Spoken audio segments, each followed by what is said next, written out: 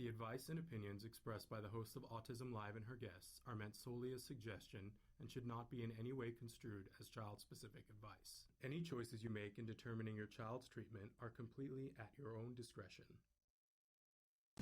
Dr. Doreen Granpeesheh is the Dr. Doreen is an expert in autism. Doreen Granpeesheh. Dr. Granpeesheh. Dr. Doreen Granpeesheh. Dr. Doreen Granpeesheh is a visionary in the field of autism. Now you can ask her questions on Ask Dr. Doreen.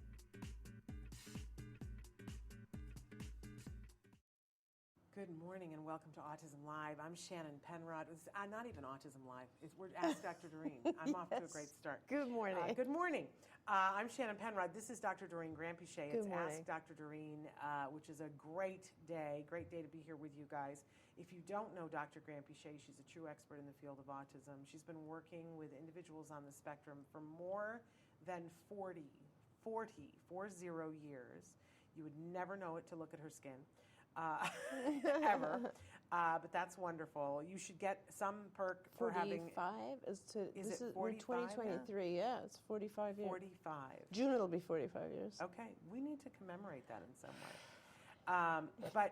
And in that time, she has worked with everything from very young babies up through senior citizens, pretty old. and worked not only with the individuals on the spectrum, but their families to help support them, to support the individual. Sure. One of the many things that I love about her is that she does see folks as individuals.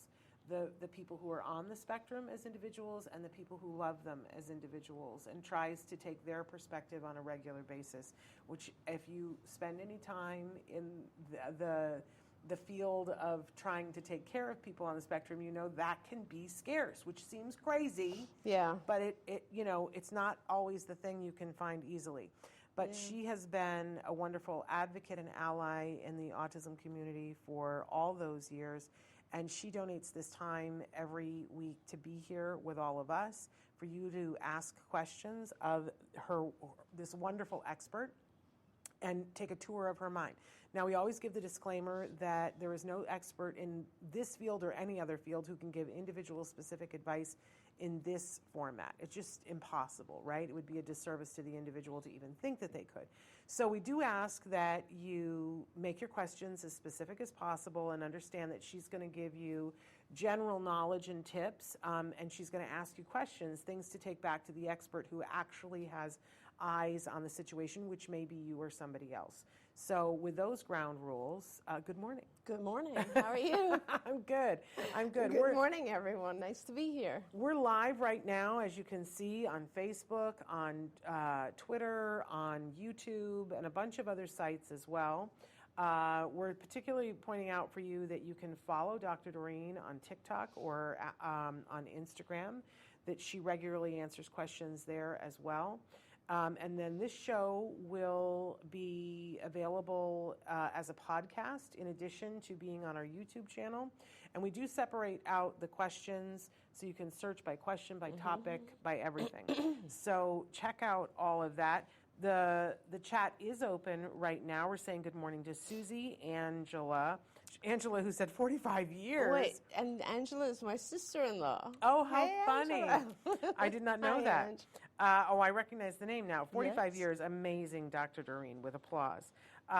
Okay, and Parker's got a question a little bit later, and I'm sure that there are others of you watching. If you want to write in right now, you can, and we will say hi to you or to someone in your life that you know.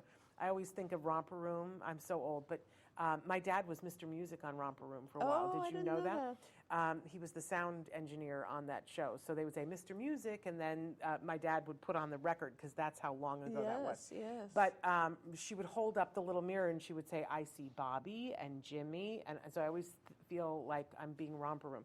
But if we will do a birthday shout out if you have somebody in your life or something. If you have a kiddo that you want to say hello to, we will do that as well. We always have a starting topic here now on Ask Dr. Doreen, and in honor of Valentine's Day, which you got the memo, and you dressed so beautifully. It's so funny. This morning I was like, I have to do something colorful today, because it's just such a different, it's a packed day. So, yeah. And I went all black and white, because I need to be that linear. Isn't that funny? That's literally how I thought of it. We are coordinated. Yes, it works. with our white shoes too. I'm all about the white shoes. I think you're the one who turned me on to that. Anyway, okay. So our topic today is dating and romance on the spectrum, and we have a starter question, but you guys can be writing in about this topic or any other topic. We will entertain other questions after we do this one. But the starting question is, I am 28 and on the spectrum. I want to be dating, but don't know how to start. In the past, when I asked a girl out, she said I was being creepy. Yeah. And if you actually read Parker's question, it sort of touches the same topic. Well, why don't we read Parker's question? Parker says, I meant to ask this question last week, but I was in the gym during podcast time last week. Congratulations to you on being in the gym. And thank you for taking us with you. I have a huge staring problem, especially with females. I want to stop this. I know staring is creepy. Isn't that funny? Mm-hmm. And I don't want to get attacked. Yeah. Yeah, I don't want to get attacked for staring by a significant other or a father. Please help me. And when I said, isn't that funny? Funny that, it's very in line with what the question was. Yes. So not funny at all, though. No, and it's a great topic. I'm really glad we picked this topic because it's such a big issue for so many of our adolescents and adults. Mm-hmm. And I think it's a very difficult thing to approach on its own. But here are some pointers. Okay. And Parker, I think, kind of like hit the nail on the head. You have to. Let me first say why it's difficult for some of us. It's difficult because dating has a lot to do with, or actually establishing a relationship with someone else, has a lot to do with seeing the other person's perspective. And as we know, that's just a very difficult thing to do for a lot of folks on the spectrum, a lot of folks off the spectrum. Amen. Being able to see someone else's perspective is just a really, really valuable skill. And the more you can try to practice that, the better you will get at establishing a relationship. Now, that's easier said than done, but I'm going to give some pointers that are like easy, kind of very concrete ideas, and then some that are more abstract and general and, I guess, bigger issues that you can work on. And one of the bigger things is perspective taking. Being able, like in every situation, if you can, and Parker, you're such an aware person. You're very, very always analyzing your own behavior and you're very aware of things that go on around you. I would really say start to think about how you can see things from someone else's perspective in every social situation that you're in. Any situation, let's say you're in the kitchen with your mom and she's upset about something, step away and take notes and try to just say, I wonder what's going on in her head. What is she seeing right now? What is she experiencing? Why is she upset? What has happened? Or let's say you go somewhere and someone is having a great time and they're laughing and try to step into their shoes and see things from their perspective. You see someone who's frustrated, do the same thing. Do that. The more you do that, the better you get at reading people. And when I say reading people, it's really all about inferring how they feel, what they're thinking, what they're experiencing at that moment. And as you get better at that, it just becomes very easy or easier to have a social or intimate relationship, okay? Everything in a relationship with another person, everything has to do with being able to see the world from their perspective. So that's the big picture. Now, in terms of like small, and actually I'm giving you like a big homework on that one, right? Which is constantly trying to do that perspective-taking shift. Now, the day-to-day stuff, Parker gives us a really good idea. Start by making a list of all the things that are good in dating or acceptable behaviors that are socially approved and behaviors that are classified as creepy or not acceptable, okay? And I'll give you some examples. Staring at someone, for a long period of time where they might feel uncomfortable is something that might be classified as unacceptable. Now, why? If you think for a moment, and this is another good example of perspective taking, why would a girl think that you staring at them is creepy? And it goes back to perspective taking. The girl, or the boy in this case, doesn't matter, the individual can't figure out what you are thinking. They cannot figure out what's going on in your head. And so they're unable to see things from your perspective, and now it makes them uncomfortable. And they think, why is this person intruding on my privacy? Because we do all have a certain amount of privacy, even though we all look at each other. When someone stares at you, it feels like they're entering your space, and that you have to watch everything you're doing because now you're on a camera or something, right? So list all the things that that someone else might, and you can ask for help, by the way. You can ask a parent, a friend, anyone. What are some things that are socially not acceptable? Staring at someone is one of them. There could be other things like getting too close physically in an environment, like if you stand too close to someone, if you touch someone when they don't know you or they're not expecting that, calling someone repeatedly, staying outside their house and waiting for them. All of these types of things are unacceptable because they have not been invited, and so they might scare the other person away. Things that are acceptable would be things like, asking someone one time, would you like to go get a drink or a coffee?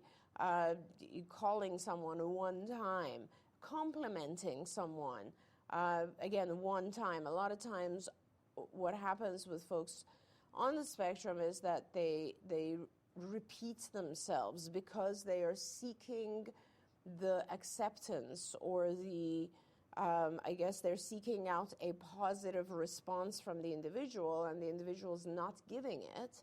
And it's hard for us to realize that that should be the end of the interaction. So we persist, and that persistence can be misinterpreted as stalking. So that's a very important thing. Now, you make a list, and someone else can help you with that as well. But once you've made the list, you have to start practicing. I mean, Parker, you're talking about, I have a hard time. Okay, what are some of the things you can do instead of staring at a female? Is it possible for you to have a picture of a female in your wallet that you can pull out, or on your phone that you can pull out and stare at instead of staring at the person? What are some things you can do yourself to practice that on your own, not just in the situation, just practicing it so that when the situation comes up, you are a little bit more prepared and you're not doing those things that are on the creepy list. Yeah. I mean, it's really just about that. And if you think about it, when we're growing up, when we're teenagers, we all go through this kind of, dorky phase where we all kind of do these types of things because we haven't learned that language of social interaction, and we're learning it, right? We learn the things that are acceptable and rewardable and the things that are not in real life. We'll do something, I love that, the scene from, what is that movie, Swingers? Have you seen that movie? Oh, yes, I love that movie. Where he calls the girl that he meets, Nikki, and his friends tell him to wait two days or something, but he does the opposite, like he calls and then ends up calling like 15 times or something. Right. So those types of things are things we learn. Yeah. Right? It's not like we don't know them. We learn them from just actually making mistakes and realizing, when I call someone excessively, they shut me down. Right? When I stare at someone excessively, they might come and tell me, stop staring at me.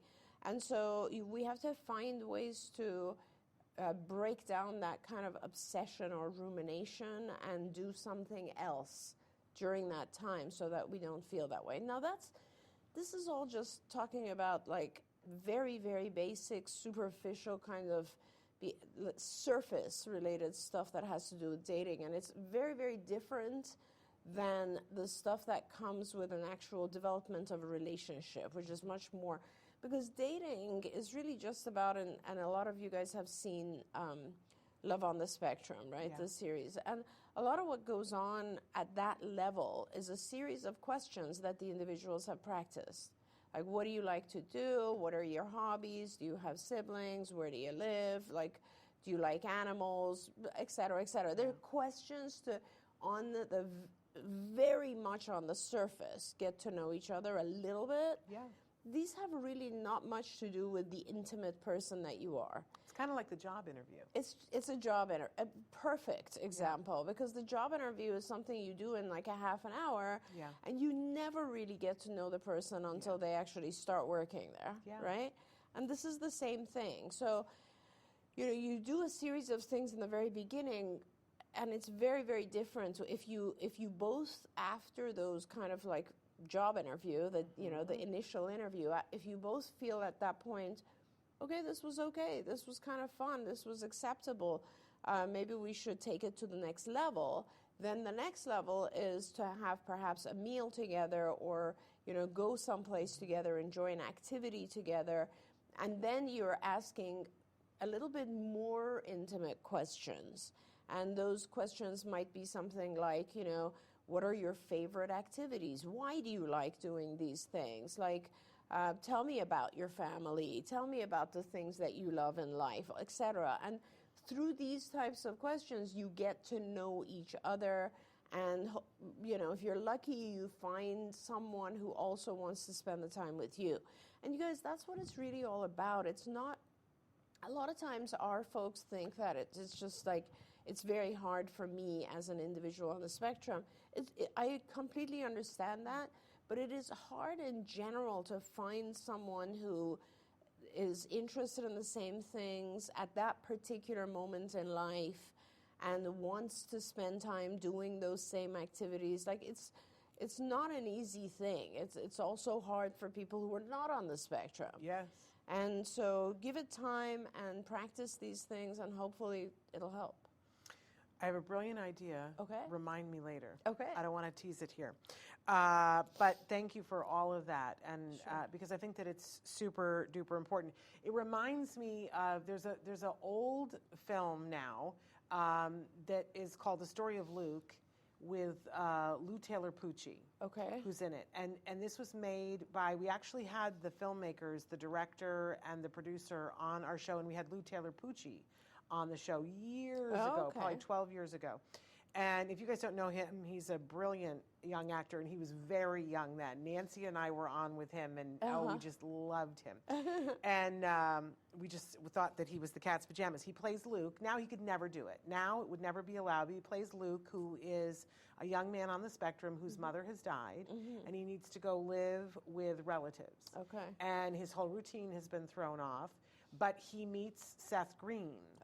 And Seth Green works in an office, and Seth Green is a little bit of an odd duck. And Seth Green pulls him into his office, and he says, look. And he looks through the blinds, and he says, this is the mating ritual. And a girl walks up to the water cooler, and a guy walks up to the water cooler, and Seth Green breaks it down moment by moment. Do you see how she's doing her hair? Do you see what she's doing? That means this. And breaks down all of the body language. And Luke is standing there going, I had no idea. And they played this clip. Seth Green went on Conan O'Brien's show. They played this clip, and the audience went crazy over it. And Conan O'Brien said, oh my God, I need that. I need someone to break it down for me, because I didn't understand that all those things were going on. It's a brilliant little scene, but the film, I think, is worthwhile watching, because Lou Taylor Pucci does a really good job of playing this young man who's on the spectrum. He's the sweetest guy on the face of the planet.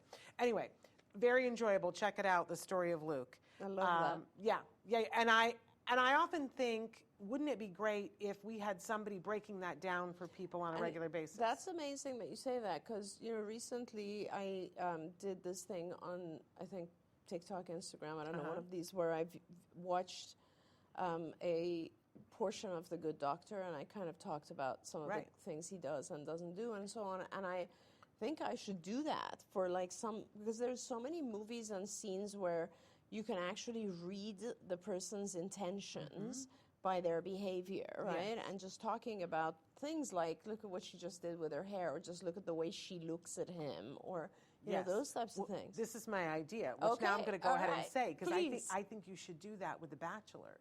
Oh my God, I love that idea. Because I don't like The Bachelor or The Bachelorette. I've watched it a couple of times, but it drives me crazy. But I would sit and watch you breaking down where it fell apart. Yes. Why one guy can do this and it's okay, but another guy does it and it's creepy. Yes. Right? Yes. You know, they get out of you know, if you want to learn about guys and what they do, they get out of the limousine and somebody brings a lamp, for heaven's sake. And you're like, oh my goodness, come on. And somebody else wears a kangaroo costume and you go, seriously? Yes. So that's what I think you should be doing. See, I wasn't going to tease it, that's but awesome. I love doesn't that. everybody agree that Dr. Granpeesheh should break down The Bachelor? And it would be very useful for everybody, not just people on the spectrum, but especially people on the spectrum to see, and you have all these dating opportunities. Yep, absolutely. Okay. I want to get to this question that came in from CM, and they did a follow-up. Because why can't two autistic parents use their own ABA therapists to help their children? Even though the parents no longer need supports at that level for themselves, they have to help their kids. And of course, my first question was, who's saying that they can't? Yeah. But wait, they write more. Okay.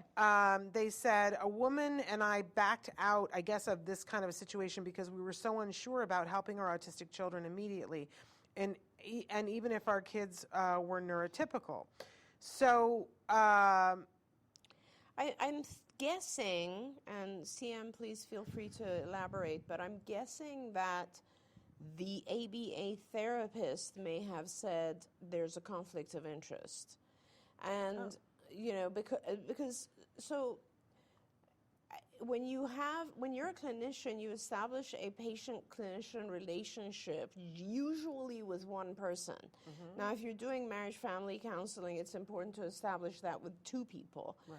But if the individual already has a relationship with you, it is hard now to establish a new relationship with a third important person, which would be your child.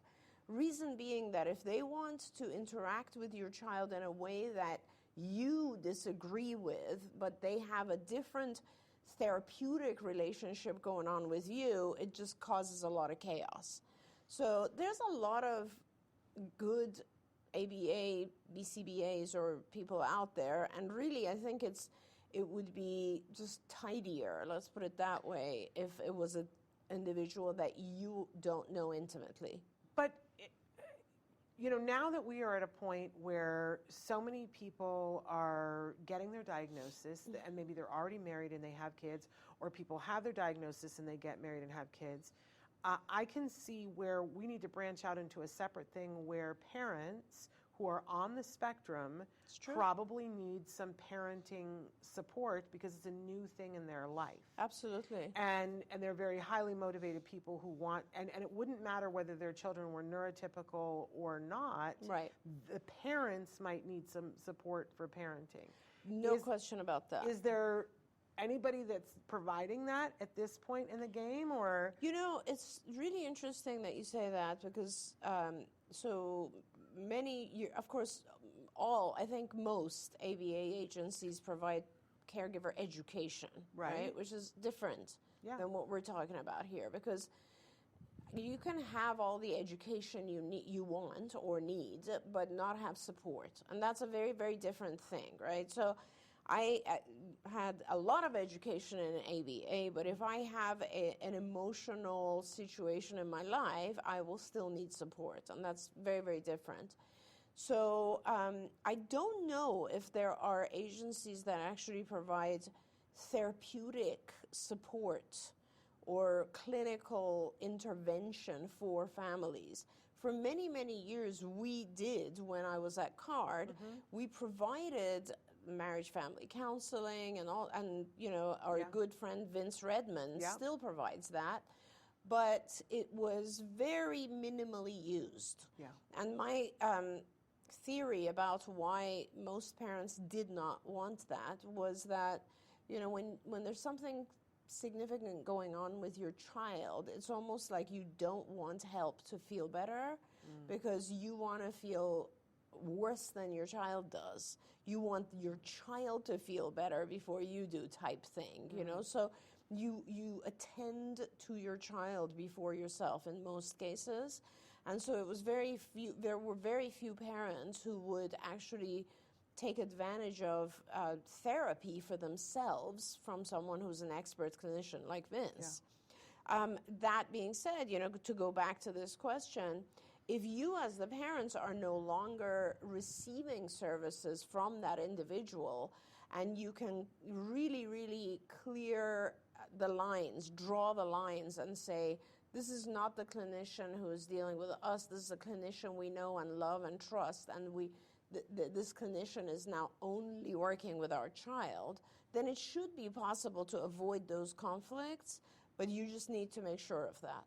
But you could do the flip though too, and say we want a therapist to come in and only deal with us parenting. Absolutely. Because I think that's what CM is saying. That's the direction that I need. Well, the CM is also saying the parents no longer need supports at that level for themselves. For themselves, but I think CM, correct me if I'm wrong. You're saying you need it as a parent. I did. Of course. You know, and I'm not on the spectrum, and I needed support. I can only imagine. You know, I'm gonna use my child as an example, that my son doesn't need any support right now, but if he were gonna parent right now, I think he would not only need some support, but he would need maybe some extra support. Absolutely. Absolutely. Because there would be things that would be difficult for him. But you know, I think we're gonna see more of this. Yeah. And you know what? I'm excited that we're going to see more of that. Yeah. Because we're seeing more people get access to you're right. their diagnosis and their parents. Yes. As it should be. As it very much should be. Okay. So I want to get to a question that somebody wrote in. My son diagnosed with ASD at 2.5 years old with a CARS to ST score 38. As moderate to severe, and an IQ is 78. Mm-hmm. Last week, during reevaluation after 1.5 years of intensive ABA therapy, his CARS score came down to a 22 now, Amazing. Which is way below the cutoff score, and with a verbal IQ of 100, a nonverbal IQ of 118, and visual motor integration IQ of 123. His pediatrician said in her practice she has never seen such progress for any kid diagnosed with ASD. But his developmental psychiatrist still kept the diagnosis of ASD, but at level 1 now. We'll continue the therapy, but do you think he has chances to recover in the future? He will be 5 in July of 2023. I kind of just want to get up and run around the set and, like, you know, throw confetti and jump up and down. Exactly. So, yes, that's fabulous news. Congratulations, of course. That's wonderful. Now, so there are usually, I guess I'm trying to think, a few different areas of functioning that I pay attention to when I'm looking at recovery. Mm-hmm. One of them is IQ. And because, you know, I'm not one of those people that thinks that IQ defines the diagnosis. Not at all. In fact, I feel like the diagnosis affects IQ because of the language deficits that we have. And we talked about that extensively last week. I've often talked about that. And I think that it has a lot to do with being able to understand those tests and so on. And I love the fact that your child has now established not just I think it's a verbal IQ of 100, which is normal. That's the normal amount, number. A nonverbal IQ of 118, which is amazing. And VMI is important as well at 123, but the nonverbal IQ of 118 and the verbal IQ of 100 is fabulous. Now remember, it becomes a little concerning if there's a huge discrepancy between nonverbal and verbal. In your case, it's still pretty good. So IQ, you're good, you're done with that. Let's put that aside for a moment. You need to do testing that involves language, just language testing, speech and language. So the age of the child will be 5. So this, I'm not sure if the self. So 2 tests that are very useful in determining appropriate language skills are the TOLD, which you can give right now, and the SELF, which is spelled CELF. And the SELF your child might be too young. I'm not sure. I think the SELF might start at 5. I don't remember now. And that is a very difficult language test, and it's very abstract. And when my kids would score well on the SELF, I knew that there was nothing at all to worry about in terms of language. If you do language testing and your child has holes in the testing, like in language testing, it's not just the score, but they'll tell you, like, the child is delayed in this area, that area, strong in this area, etc. And that just helps you identify things that can have to be continued to work on, right? Things that you will still need to teach. So language testing, cognitive in the sense of executive functions, right? So you've done IQ, which is cognitive testing, but you need executive functioning testing, and there's a lot of tests that you can do for that. And I think, and then social. Social is really, really important in this spectrum, of course. And every psychologist, or are you doing this with a pediatrician? And then you have a developmental psychiatrist. I want to talk about that in a minute. But you can have a pediatrician if you have a pediatrician who administered IQ testing, then that person is a developmental pediatrician, and that means that they definitely will also have access to or can refer you to get these other tests done. But when I classify a child as recovered, I do all of those, or I will look at all of those tests. So I want to make sure there's average IQ, but I also want to make sure there's really high level of language functioning and social functioning and executive functioning on its own. All of that. And then I really want to just, like, you have such a young child. This is amazing that he's just 5, or in July will be 5. It's incredible. Obviously, you want to make sure you push right now on the social so that your child is ready or will excel in school. Because I don't care how high your numbers are, if you're not excelling or managing in your normal environment, and for a 5-year-old that will be school and home, then you still have issues, right? So you need to take care of that and make sure all of those things happen. Now, your psychiatrist, who insists on maintaining the diagnosis, also did not give you an appropriate diagnosis. When you receive a diagnosis, there are 2 numbers associated with the severity. This kind of drives me nuts because everybody has just decided we're just going to do one number. I don't know where that came from. But there are 2 numbers associated. One, the one that you received, requires the least amount of support. There's 3 numbers across 2 domains.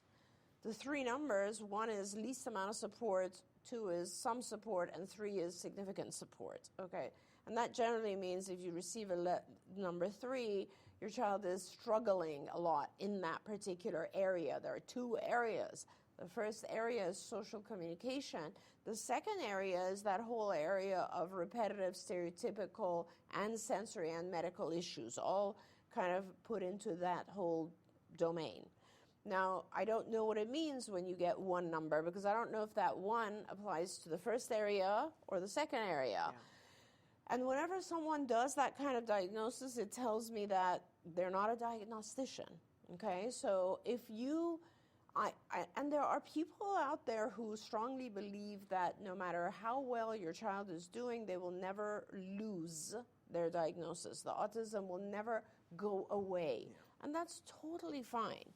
But for you as a parent, I think it's important, and especially if you're asking the question, do you think he has a chance to recover?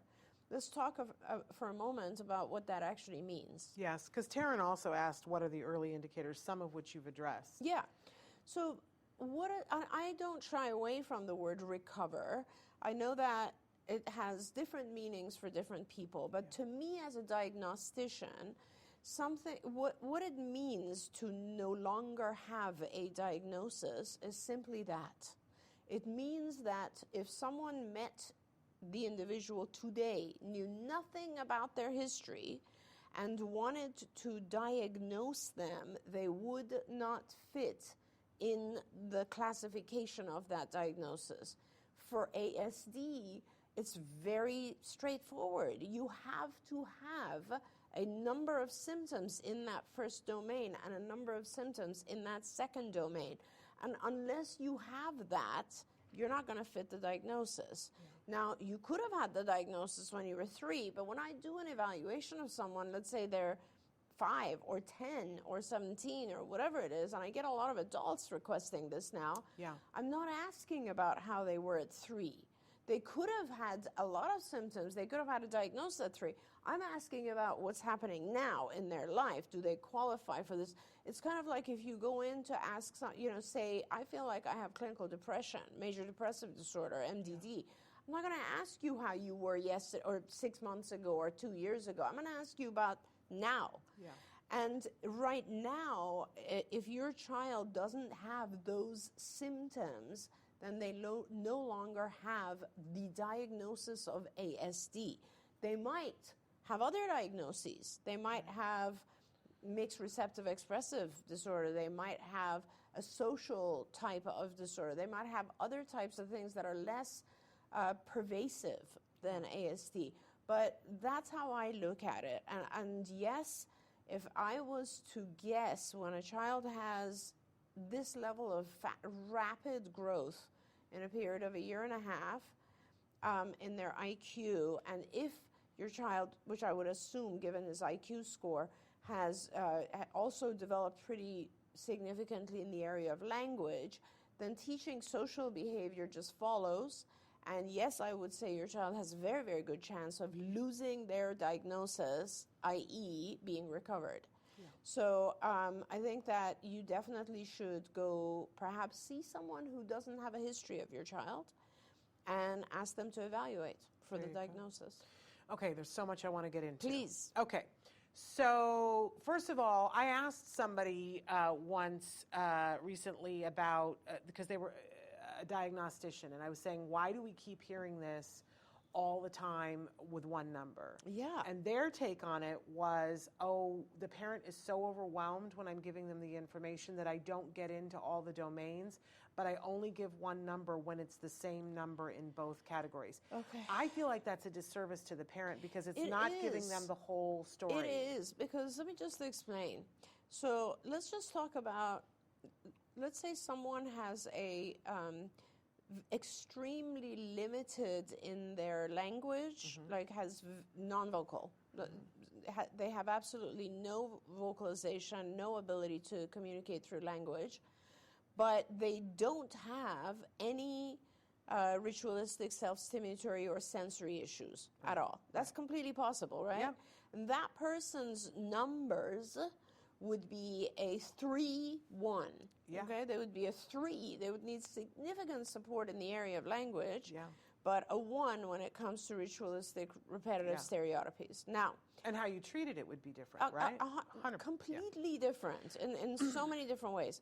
Now, if you have someone who has a lot of language, is doing extremely well in the area of language, but they have a lot of obsessive types of behaviors that are very, very ritualistic, then that person would be a 1-3, which is the exact opposite, right?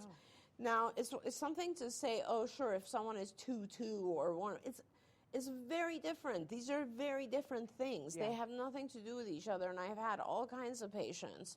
And I think it's super important, because if I'm going to assume that someone is high functioning in the area of language and social communication, I'm going to treat that person very differently than if I know it's someone who has issues in stereotypies or the sensory input areas. For sure. So the other thing I want to talk about briefly, although I know, okay, so there are all these different camps about the recovered thing. And there are people who say, well, your brain is wired a certain way, and it doesn't matter what happens, what you learn, you're always going to have an autistic brain. One of the ways that I have come to make peace with it is that the diagnosis is an autism spectrum disorder.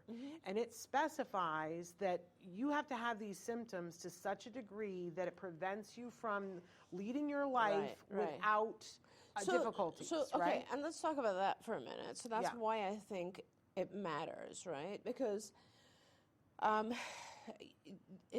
that whole thing that I often talk about, anything, and that big book, the DSM, anything that is in that book, it's lots of different chapters, right, and lots of different sections. In that section of ASD, it just talks about these are the symptoms of ASD. Just like it's a different section, you'd be looking at major depressive disorder or obsessive compulsive or I don't know, whatever, anything else, right? Alcoholic dependency or whatever it is in that book. It just defines that section. There's a whole different section in the beginning of the book that talks about what it means to be in this book, what it means to be classified as a disorder, right? Because the book is mental disorders.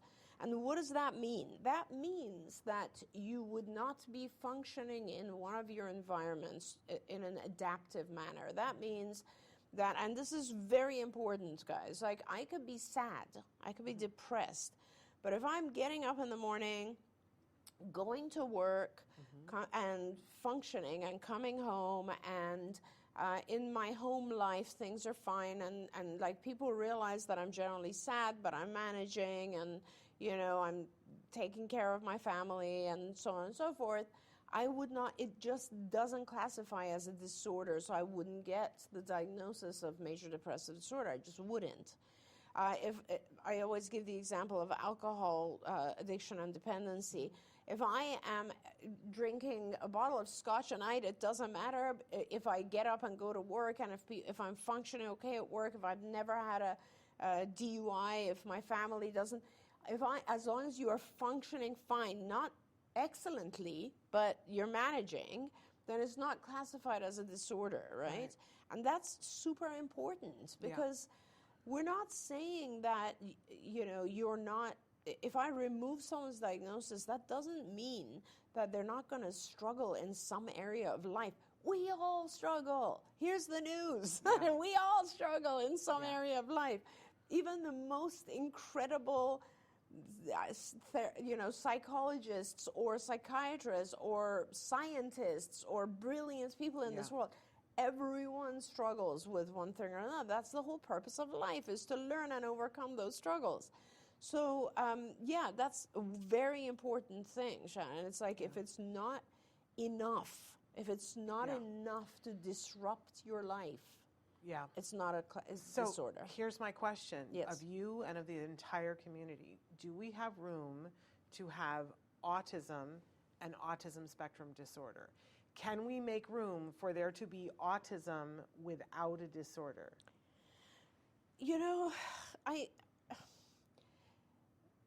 You think, give me an example that applies to any other disorder. How about schizophrenia? How about depression? It just doesn't but you exist. just gave an example that you can be sad but not have, and as someone who has had a major depressive disorder in my life where my life fell apart and I couldn't leave my house and I couldn't drive, and now I'm not that. Yes. So how, but that doesn't mean that I don't ever have depression or that I'm not inclined to that. Correct. But I don't refer to myself as having a major depressive disorder on a day-to-day basis. So the only way to answer your question that I could see this is, in some ways, to say if it's like dormant or active. This is how some doctors now, when there was the little girl, what was her name, that was in the state, that when you first started Skills and you gave that to them for a year for free, and they were able to get her to the point where she no longer qualified for the diagnosis. I can't think what her name, Maddie. Yes. Maddie. Yes. And you know how her doctor classified it? That she was autistic, but in remission. Yes. And I was like, remission, another R word that we get to add to this? That's like, oh, are you kidding me? That's controversial. In remission, because the medical field doesn't have a diagnosis for when you have, you have an autistic brain, and you had the disorder, and now you no longer qualify for the disorder. Yep. But your brain is still wired different. Now, the community has started calling that neurodiverse. Which is totally fine, but I strongly feel like we're all neurodiverse. And I agree. I want to just go for a moment kind of on the record with that one, because think of the repercussions over the course of the individual's lifetime, okay? Having that diagnosis may, and we're talking now about someone who's functioning pretty much the same as someone who never got the diagnosis, very close. They have certain struggles, right? But that other person who never got the diagnosis may have other struggles, right? This person may have issues with social behavior and reading other people's intentions. That other person may have struggles with anxiety or depression, okay? So each of them have different struggles, and they're going through life. This person has this dormant autism diagnosis, let's put it that way, or in remission or whatever it is. So in certain ways, it might impact them in a positive way, and in certain ways, it might impact them in a negative way. And here are some examples. Positive ways. Okay, maybe they're applying to college or university or something, and the university is like, wow, this is someone who has overcome a very significant disorder, and that means we should try to get them in here. Negative way, what happens with their health insurance now? Yeah. This is something that's on their health insurance forever. Yeah. What happens with their children? Are their children going to be scrutinized in a different way? I mean, there are a lot of different things. What happens when they actually meet someone and want to get married? Is the individual now going to be concerned about the genetic passing on of? There's so many repercussions to this. It's a bigger issue than we just feel uncomfortable with saying recovered. You know what I mean? And I have no feeling about it either way. But what I'm saying is that it is important to think about the repercussions over the course of the individual's lifetime, because we never do. You know, when the DSM changed, and has changed multiple times, right, and we removed the diagnosis of Asperger's from the whole thing, right? Just removed it. Yeah. All those people were kind of in limbo for a very long time. And I don't think we should go back and mess with the diagnosis again, because it just starts to cause these types of, problems. I don't want to mess with the diagnosis. I think what I see and what I want is for us to all make room. I think that so many of my friends that are on the spectrum, and I see this in my son, that he and other people look at it and go, well, my brain works differently than yours does. Yes. Which is also true of you and I. Yes. I watch how your brain works, and it does not work the way mine does. Of course. And Jem's brain works in another way. But that it's not a disorder for any of us, but it's an acknowledgement of the way your brain works is just fine. Yeah. I would never want to change it. But I feel like that's real estate that isn't owned yet by the autism community, that being able to say and have the whole world accept, well, this is the way my brain works, and I can make it function in your world just fine, but there's not a word for it. Okay. But I also disagree with that, and I'll tell you why. All right. And I just want to say, like Matthew Arnold wrote in and said, universities don't go, wow, this person has gone through a significant barrier, we should get them in here. You're also right, Matthew. Some universities will say, I'm never letting this person in because they had a diagnosis in the past. There's all signs of this. We still see the discrimination. There's a lot of discrimination, on both sides, right? So, but I want to go back to what you said, Shannon, which is, if we were to say the autistic brain works in a particular way, what we would be saying is it's all the same. And let me tell you, two individuals on a spectrum don't think the same. They're very different, very, very different. I just met a child the other day whose math skills are beyond anything I've ever and I continue to, even after 45 years, I still meet kids who completely shock me, right? And I'm like, wow. But then I'll meet another child who absolutely struggles with numbers, and they're on the spectrum. And I'll meet someone who is incredibly good at memorizing facts, and another person who absolutely cannot memorize facts but is really good at formulas. And so individuals on the spectrum, we know this. That's why we call it a spectrum. Yes. There is no one way. They all function differently. One thing I will say is that I think one of the things that over time I was very, very happy that the latest, which is still many years ago, diagnostic manual, started to acknowledge the sensory input differences of individuals on the spectrum. And again, that also does not cover all. It's not everyone. But there is a percentage of individuals on the spectrum who struggle with sensory inputs. And that does make life a lot harder. I'm not, folks, I just want to be very clear. I'm not saying by any means that life is easy for someone who has been diagnosed. What I am saying is that there are many people who have had other struggles in life who are not on the spectrum. Yeah. And I think that it is important to kind of realize that, you know, once autistic doesn't mean you will always struggle with the same things. Right. You and I know individuals who've recovered. Yes. And they are struggling, but definitely not struggling with the same stuff as when they were diagnosed. Absolutely. You know, so. Absolutely. I love debating. Beck's mama says, how many hours of ABA should a 4-year-old get? I mean, after school ABA. And good morning, Michelle. We got a bunch of people writing. A lot of questions. So glad to have you here. And yes, and you want me to be on Instagram. I see that. Traven's on it. Beck's mama, I got to tell you, that is a question I can't answer because it differs, as we just talked about, it has a lot to do with the functioning level of the child. There are children who are very, very high functioning and they're not going to need an intensive 40-hour-a-week type of program. There are other kids who are very, very severely affected by autism and they would benefit from all awake hours. So it really depends on the functioning level.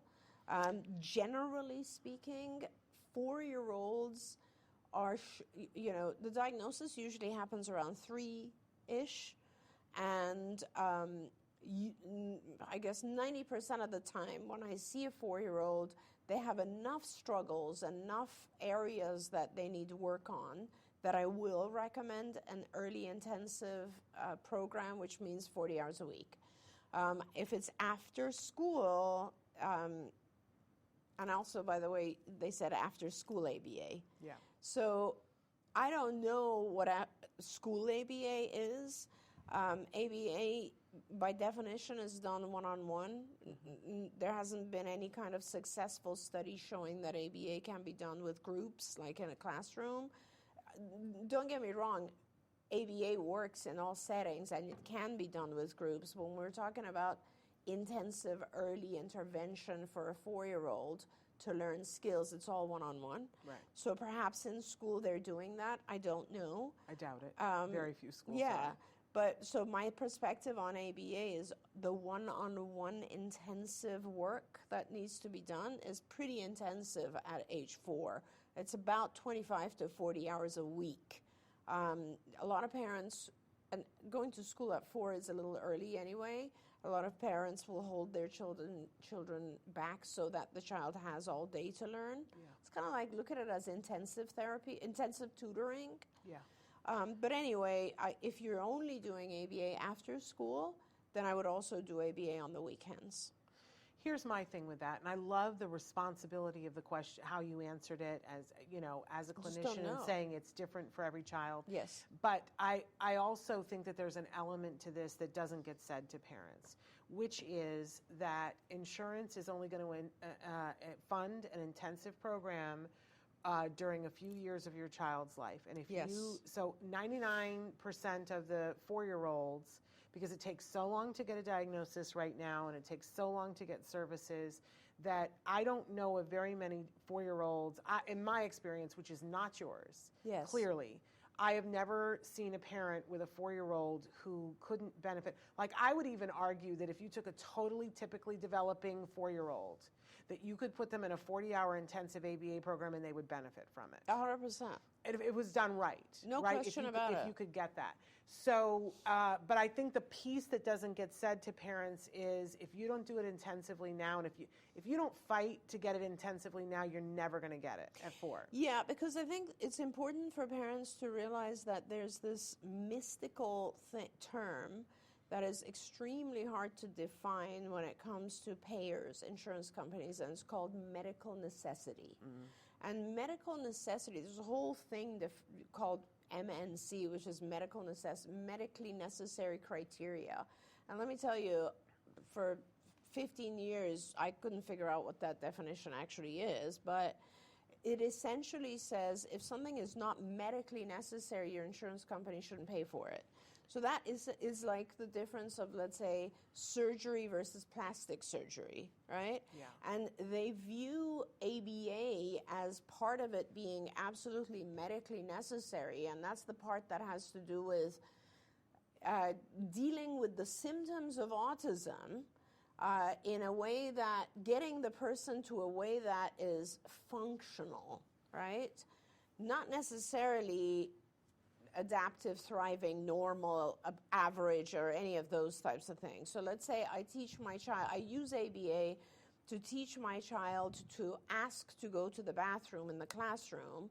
That, in some payers, will consider that to be sufficient and not necessary to teach the child how to take care of themselves in other areas or other grooming areas. It's a very weird line. We were never able to clarify what it actually means, but basically that is the pushback. At age 4, they're very open and they will allow you to do a lot more than they would when your child is 8. So when your child is 4, it's pretty recommended to take advantage of that time that you're going to get an organization, a payer, to pay for it, and do as much as you possibly can because your child's going to benefit from it, as long as it's broad, right? And getting your child literally to thrive in those areas where they were struggling earlier. Because let me tell you, 5, 6, the older they get, the harder it gets, because there's not enough science or literature published to show that individuals at age 10, for instance, can overcome the diagnosis. There's tons of literature that shows doesn't matter what age you are. You could be 20, you will benefit from ABA. You will learn from ABA. You don't need a diagnosis of autism. Everyone will benefit from ABA. But whether or not it is crucial enough, whether or not it is going to make a life or death difference in your life at age 10 or 15 hasn't been proven yet. Yeah. All the literature on intensive therapy, which means 25 to 40 hours, has to do with children below the age of 7 or 8. So that's important. We're running out of time, but there's so many things I want to say. But Evie said hi to you, said it's so good to see you. It's Evie. It's Dr. Evelyn. Yes, exactly. Love to see her name. Yes, but I think it's important that, because she wrote back in and said that he is in a school where he's getting some ABA in school and that she's on the waiting list to get ABA. He struggles with speech and tends to hum. Yeah. And I think it's really important right now. There's a lot of people who find themselves with a 4-year-old on a waiting list. And we've said this before on the show, that the phrase that I'm telling people to say is go to your insurance company and tell them, especially if it's been, I don't know what the magic number is, 60 or 90 days that you've been on the waiting list, but you need to call your insurance company and say that you want to talk to someone about denial of access to care. That there's a very real issue right now that there aren't enough therapists, and your provider, your insurance company contracts with certain providers. And if you've been on a waiting list, I just talked to somebody the other day who's been on a waiting list for a year with a 4-year-old in California. This is unconscionable. Yeah. Unconscionable. But use the phrase denial of access to care, because what will happen is that they will start a single case agreement with someone who is out of network, and because you need to put pressure on them. Yes, on the payer. And on the payer to get you services started as soon as possible, and ask for, I believe, now clinicians can tell you whatever they're going to tell you, but I'm going to say to you go in and, especially if a 4-year-old, ask for as many hours as you can start, because every time you go in for a reauthorization, they're going to try to pull hours away from you. So if you start at 30, you're going to go in for the reauthorization and they're going to tell you now you qualify for 20. So push for 40 in the beginning so that you have more real estate to bargain with. Yes. That's my advice for that. I do want to get to Fortune. Fortune says, hi, ladies. My daughter is starting B12 shots. I'm nervous about it. She's nonverbal. What is the benefit as it relates to ABA in her speech? Thank you. You know, that's a really good question. So the B12 shots may have some positive effect on your child. It has really, it's very, very different than the world that we're talking about here. And that you should be doing, I assume you are doing, with a functional medicine physician. And you'll know right away if that is going to benefit your child. Just like a lot of other biomedical interventions, not just the B12 shots, but like dietary interventions in particular, I have seen a lot of growth in the ABA with some children when they receive the appropriate biomedical intervention. And it just makes sense. It's like if a child isn't sleeping and you give them something that's going to improve their sleep, they're going to learn better. If a child has gastrointestinal inflammation and you treat that and they feel better, they're going to learn better. If your child is not detoxing well enough and you do the B12 shots or anything else for detox and they feel better, their head is and their mind is clearer and they're paying attention better, they're going to learn better. And that's a really big, big thing that I've always tried to talk about, because there's a real big divide in this field with ABA professionals and medical professionals, and there shouldn't be, because you have to treat the whole child. You have to make sure the child is feeling good if you're going to bombard them with massive amounts of teaching. And that's just a really important thing. I actually, as you know, Shannon, I made a contribution to the Association for Behavior Analysis, ABAI, which is kind of the mothership of all ABA organizations. And they do a conference every year in May, which is a massive conference. And there's like thousands of behavior analysts that go to this conference. And every year there's one talk that is from my endowment, which is a medical doctor, a physician, who will go in and talk about the biomedical issues related to autism. And the reason I did that is because I feel like BCBAs in general need to learn about all the biomedical interventions that are going on, like B12, but there's so many other things that people are doing. And it's important because some of these interventions really change your child. And your child is now functioning better and able to pay attention. And it influences how fast they benefit from ABA. I want to just go back to Beck's mama, because she said, so should I pull him out of the special education program? I want to hear what you have to say, but I would be very careful, because, it's going to be very hard to get a 40-hour program That's right now. That's what I was going to say. I was going to say, do not pull him out unless you have something lined up that's going to be one-on-one. It's just taking him from an educational setting to a more beneficial educational setting, which is one person teaching your child a program that is just made for him.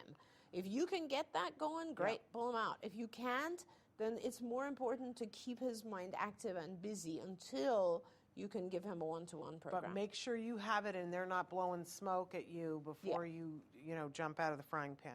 All right, we're out of time, but this is so much fun. It did go so fast. All right, you guys, don't forget, we're back tomorrow. You know what we have tomorrow? We have an expert who has a scuba diving program with folks on the spectrum. Isn't that interesting? That is amazing.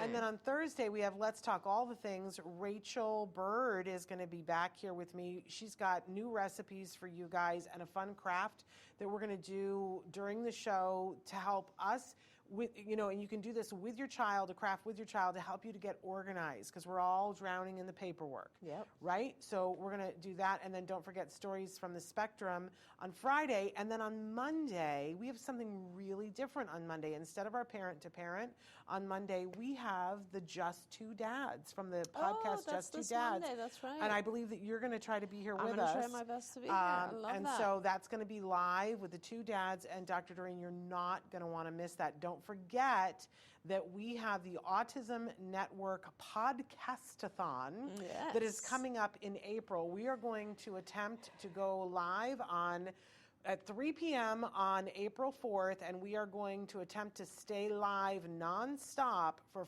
44 hours. Yes, 44 hours. We won't be doing that alone, obviously. We're partnering with a lot of different charities and other podcasts and bloggers to be able to stay on the air for 44 hours live.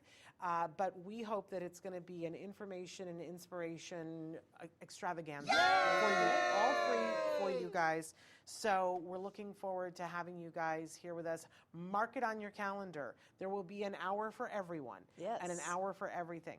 So all of that coming, but thank you so much for being here. Thank you for being Always as brilliant a pleasure. as you Thank are you.